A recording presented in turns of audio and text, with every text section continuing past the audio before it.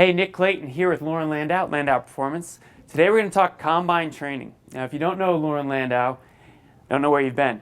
He's a well-known strength coach for speed, agility, quickness, was a strength coach on the Ultimate Fighter show. His current draft class in the combine training has 37 NFL hopefuls. So Loren, talk to me a little bit about what the combine is. The NFL Combine, it's unique. It's a 4-day evaluation. 3 days, that's medical, psychological, sociological, and then the last day, the 4th day, is all the physical tests that we're accustomed to seeing.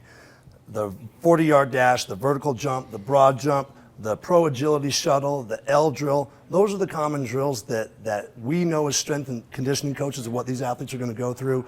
But those are the battery tests that they're really going to be evaluated on a quantitative side. Nice. So of those tests, which one do you think has room for improvement? I think all of them, right? There's a room for improvement with the training that we do, but when I look at all the tests that they do, I'd say the pro agility is probably the one I see the most common flaws with. It's a closed drill. You know the start, you know the finish, but unfortunately I see athletes that have a poor sense of body awareness. They've maybe been told some of the wrong cues in and out of the drill. So that's probably the one I see the biggest issues with. So you want to show us some things? Absolutely. Let's do it.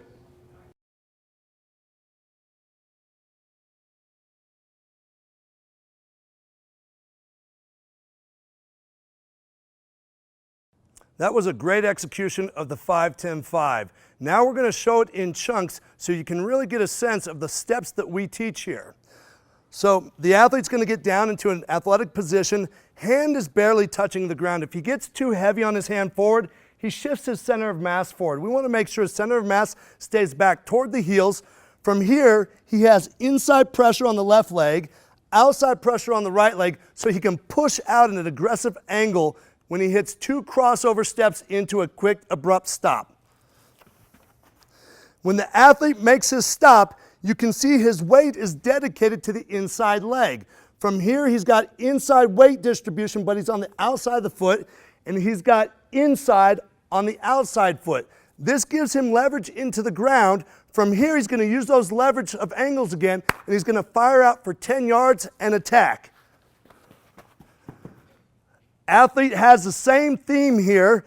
Weight distribution is inside. He's got outside edge pressure, inside edge pressure. From here, he can create leverage into the ground to explode back out through the finish. And now we're going to show some common faults with the pro agility.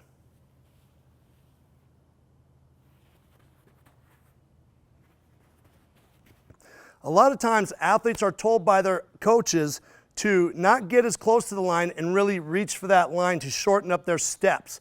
The problem with that is the athlete reaches for the line, they've now shifted their center of mass over the outside leg. We know that he's trying to return back to the other direction. This puts us out of a position of efficiency to create good leverage into the ground to attack. Another common fault with the pro agility is slipping on the outside leg as the athlete goes into their deceleration.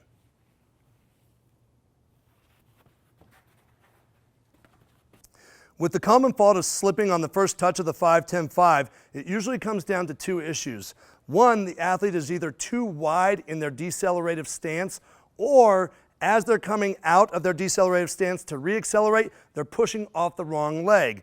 Most athletes think that it's the back leg that pushes them out of the hole coming out of this cut, but it's actually the weight being leveraged onto the inside leg that gives him the ability to push out. The athletes will push on this leg, and there's not enough weight on that leg to give you strong footing into the ground, and so you'll see commonly on field turf that will slide. Fantastic, Loren. Thanks for the tips. I think those are really applicable to training for the combine. Any final thoughts on combine training? I think when you're training for the combine, you know what the tests are. I see a lot of times coaches will put in non-specific things. Understand what boxes you're trying to tick, what tests you have to do.